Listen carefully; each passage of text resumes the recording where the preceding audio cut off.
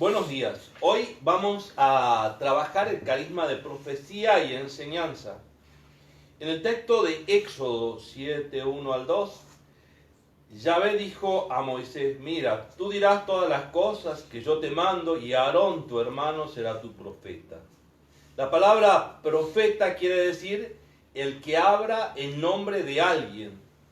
Por eso los profetas son los que hablan en nombre de Dios. El profeta no es un adivino, no es el que adivina el futuro. El profeta es el que de Dios tiene una palabra para iluminar la realidad. En el Nuevo Testamento, en la primera carta a los Corintios, capítulo 14, versículo 3, nos dice San Pablo: el que profetiza habla para edificación, exhortación y consolación. Tres cosas. Para edificar, es decir, cómo puede hacer crecer. Dos, para exhortar a la conversión, al cambio, si hay una mala actitud, una mala conducta. Y tres, para consolación, descubrir que Dios muchas veces ante las aflicciones, los problemas, nos quiere dar su consuelo, su cercanía. ¿Cuál es el valor de la profecía? Justamente la profecía, lo dice San Pablo, es uno de los mejores dones que tiene el cristiano.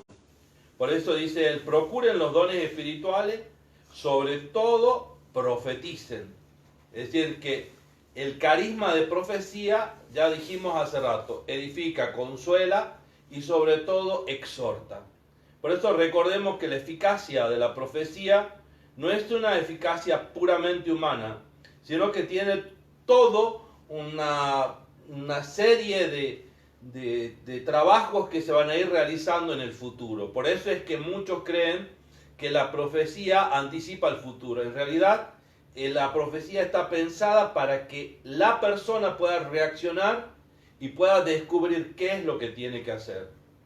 Por eso San Pablo llegará a decir a los corintios: estuve entre ustedes con la debilidad y mucho temor y temblor. Ni mi palabra ni mi predicación fue con palabras persuasivas de humana sabiduría, sino con la demostración del Espíritu y del poder, para que la fe de ustedes no esté fundada en la sabiduría de los hombres, sino en el poder de Dios. Esto lo dice en la primera carta a los Corintios, capítulo 2, versículo 3 al 4. ¿Cómo vivimos esto, hermanos? ¿Qué es una profecía? Nosotros, en la renovación carismática y en los grupos de oración, se tiene que dar mucho el don de profecía. Es decir, tendría que ser como algo cotidiano dentro de los grupos de oración. Es decir, un grupo de oración que no tenga profecía no podría llamarse ni grupo de oración ni mero carismático. ¿Por qué? Porque justamente no hay algo que sirva para la edificación, la consolación y la exhortación. Así que, queridos hermanos, si somos carismáticos, si somos un grupo de oración, pidamos al Señor este don de profecía. Por eso, la mayor parte de los casos, los grupos de oración no crecen o mueren por esto, porque no está dado el carisma de la profecía, lo que Dios quiere hablar a la comunidad, lo que Dios quiere hablar al grupo. Entonces, este carisma de profecía ya lo hemos trabajado ayer. Aquí vemos la utilidad de la profecía, pero lo habíamos visto en el sentido profético de la palabra, que se acuerdan que había que tomar la Biblia, que había que orar al Espíritu, que había que pedir al Señor que nos hable y después hacer el recorrido de las 2 páginas de la Biblia para ver cómo Dios nos habla. Eso ya lo dijimos en el otro taller anterior. Vamos al carisma de enseñanza. Una forma de profecía que ciertamente es la enseñanza, pertenece a los apóstoles. En el libro de los Hechos, en el capítulo 2, 42 al 47, justamente dice que había que escuchar la enseñanza de los apóstoles. Esto es profecía. Por eso los apóstoles tenían este encargo de difundir la palabra de Dios. En estos días tenemos que decir que constantemente ellos iban y tomaban la palabra y la predicaban. Por eso es un ministerio que corresponde como carisma. ¿Y quiénes tendríamos que tener este carisma de enseñanza? Los sacerdotes, los catequistas, los que predican en cada uno de los grupos. Entonces, pedirle al Señor que nos dé ese carisma de enseñanza. en los diversos niveles de enseñanza, porque no pensemos que solamente enseña el catequista, sino que todos tenemos esto. La enseñanza siempre tiene que ir acompañada por el testimonio cuando se enseña en la iglesia. Es decir, acompañado de algo con lo cual se pueda como refrendar eso que uno ha dicho. Es decir, como dicen en el texto del libro de los Hechos, somos testigos de todas las cosas que Jesús hizo en la tierra de Judea y Jerusalén, y cómo Él se manifestó al pueblo, y nosotros somos testigos. En el libro de los Hechos 10, 39 al 40. ¿Por qué? Porque el testimonio introduce a la enseñanza o la predicación. Cuando uno da un testimonio tiene que ser cortito, centrado en Cristo y claro. No puede haber una persona que diga que da testimonio y empieza a hablar de toda su vida, su biografía. No, no, no.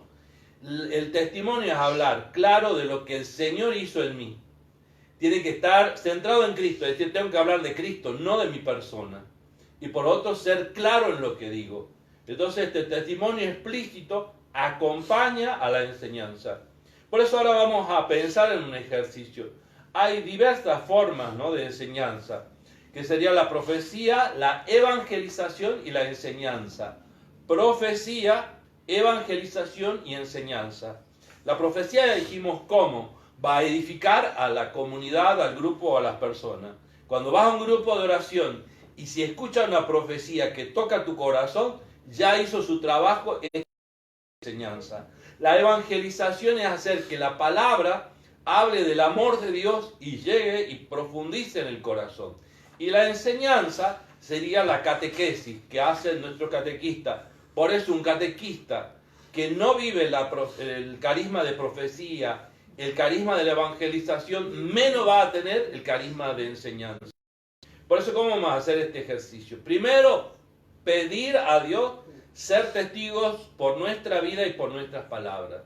Que lo que digamos tenga asidero en las cosas que hacemos. Dos, pedir la gracia de el mensaje de Dios con osadía. Como decíamos en los talleres anteriores, osadía quiere decir valentía, tener esa fuerza y esas ganas, ya sea en el grupo de enseñanza, en el grupo de predicación o evangelización.